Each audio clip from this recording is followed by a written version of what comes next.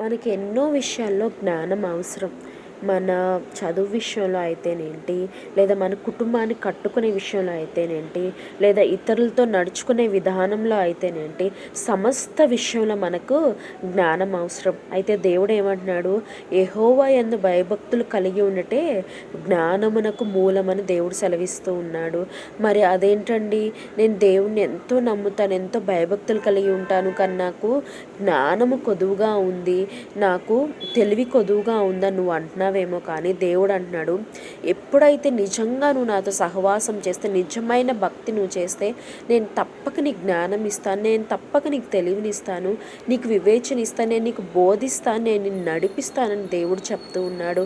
మరి చాలామంది అనుకుంటూ ఉంటారు, మనం ఏది చేసినా అదే జ్ఞానం అని అనుకుంటూ ఉంటారు, కానీ దేవుడు అంటున్నాడు, నా యందు నువ్వు భయభక్తులు కలిగి ఉండి నేను నీకు జ్ఞానం ఇచ్చి ఆశీర్వదిస్తాను దేవుడు చెప్తున్నాడు. ఆమేన్.